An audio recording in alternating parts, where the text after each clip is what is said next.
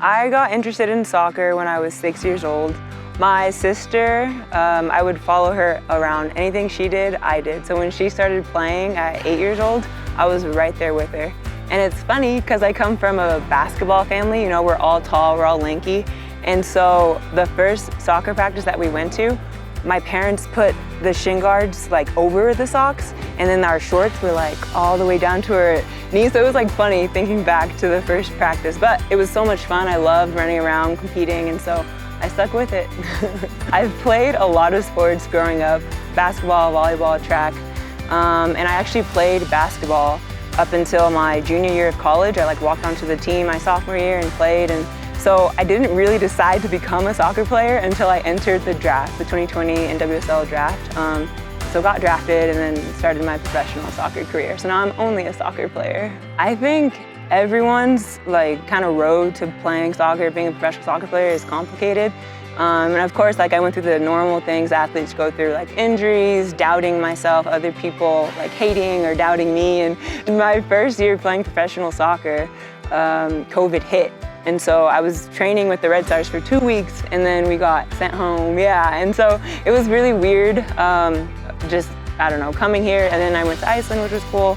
And then being in Mexico, I think playing in different countries, you know, people who play overseas, it's always hard just to adjust to the culture, the language, the people. And so those kinds of things added to the complications of my story. But I think that it has made me into, like it's helped me to grow up as a soccer player, as a person off the field. And so I'm super grateful for those complications, just everything that has happened along my journey. I think that when I step onto the field, I'm a whole nother person than who I am off the field. I think I'm very aggressive. Some of my teammates have told me that I seem very intimidating, like on the field, and that's how they think I'd be off the field. But I think I'm completely opposite. Like I'm very goofy. I think like as a friend, as a roommate, I'm very like loving, very kind. I'm kind of like a gentle giant, you know. I'm big, but I'm like really like soft. So definitely a difference. Yes, I do have rituals. In a way, I'm a Christian, I believe in God, and I follow the Bible like as best as I can. And so before every match, I pray, you know, I journal and like read the Bible. I guess I do that every day, but before matches, I kind of focus on the things that I'm grateful for, like being able to play soccer in the first place. And before games, I more focus on like what I want to do in the game, how I want to impact the game when I go in, what my role is, that kind of thing. And then I guess a less serious one, I like to put my left shin guard in before putting my right shin guard in. That's my ritual, yeah. So I went to college, I went to Yale University in New Haven, Connecticut, and I studied psychology. I went all 4 years and graduated. I played soccer 4 years there and then basketball 2 years there. And so out of college, I got drafted to play for the Chicago Red Stars, which is a team in the NWSL in the States. And so I played with them for a year. And I mentioned earlier, it was a weird season just because of COVID, but it was a really cool experience. The environment, the training environment there was super intense, super competitive, and I think I grew a lot as a soccer player. And so then from there, I had the opportunity to go to Iceland, which was incredible. So Iceland is beautiful. There's like a lot of nature everywhere, and the league is fun to be a part of, but I think in that time, I really learned to focus on life outside of soccer, which was like really awesome, and I think helped me grow a lot. And so then from there, I had the opportunity to come to Mexico City. I saw my friend Sarah Luber on Club America. Now she's back with the Red Stars, but she was with Club America, and I was like, that looks fun. Like, I want to go to Mexico City. And so I talked to my agent, and then that's how I'm here. I think because it's so fresh, the most difficult time in my career was breaking my nose. It happened in March when I was playing with Pumas. We scrimmaged Houston Dash, and a girl on the other team headered my nose, and so it broke. And it was disappointing because I was just coming back from another injury. And so I wanted to play. I learned that I had the option to play through it, and so I chose to do that. But the thing was that I could not breathe. I guess like the septum was blocking my breathe. Something was happening, so I couldn't breathe. And so playing the rest of the season without being able to breathe was a whole challenge in and of itself. And again, I think it made me become stronger, but when it was happening, I definitely struggled a lot. Just coming to the field, coming to Cantera every single day and playing. I love my teammates and the coaching staff and everyone. It's just like so awesome to be here. So every day just training here is like super special to me.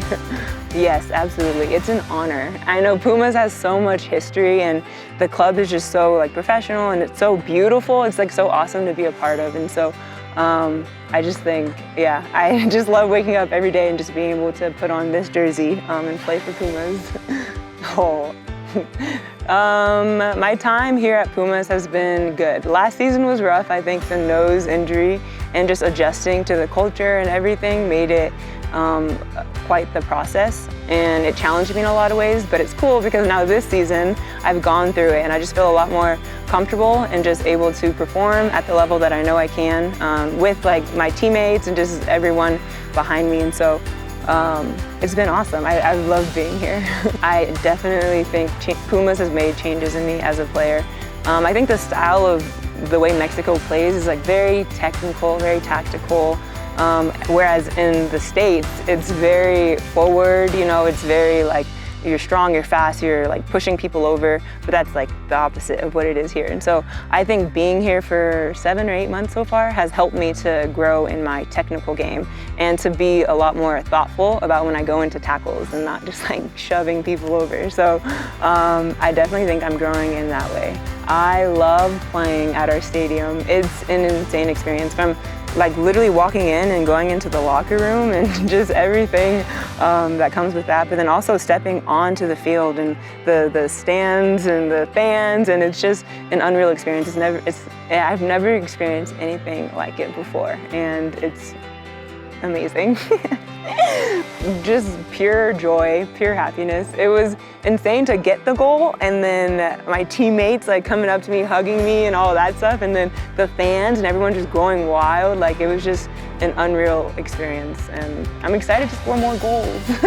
My dreams, they used to be to like play in the Olympics, play in the World Cup, that sort of thing, but I noticed that it makes it where it's like too much pressure, and I don't think I play as well as I want to. So my new dream is just to have fun and to like give everything that I have each time I step onto the field. And I think God has given me these athletic abilities and that I just need to use them to glorify His name. And so have fun and just play for as long as I can. Oh yeah, I love you guys so much. I feel all the love, all the support, and I know all my teammates do as well. And I'm learning Spanish so that I can talk to you guys, so stay tuned. To the fans, muchísimas gracias y los quiero mucho.